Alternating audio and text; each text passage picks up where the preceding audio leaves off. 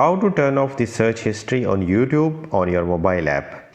Step 1. Open the YouTube app and click on to your avatar icon, which is towards the bottom right hand side. Here you will see your search history. There are two ways from here on. One, you can click onto the search history and then go on 3 vertical dots and click on manage all history, or else you can stay here. Once you click the avatar icon and you will see the setting icon on the top right hand side, you need to click that, and here you will see this manage all history. Click on that.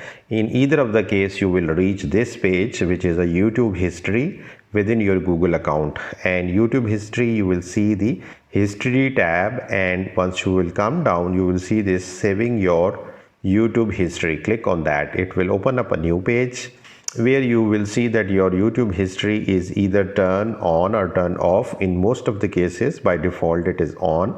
So you'll see here, and in the sub settings you will see two options: include the YouTube videos you watch, and then the second option that we are interested right now is include your search history on YouTube. So this is basically storing your searches. You can click on that and it will ask you to pause. Click on the pause. It will take some time, and then it will give you the message that the setting is off now. That's it.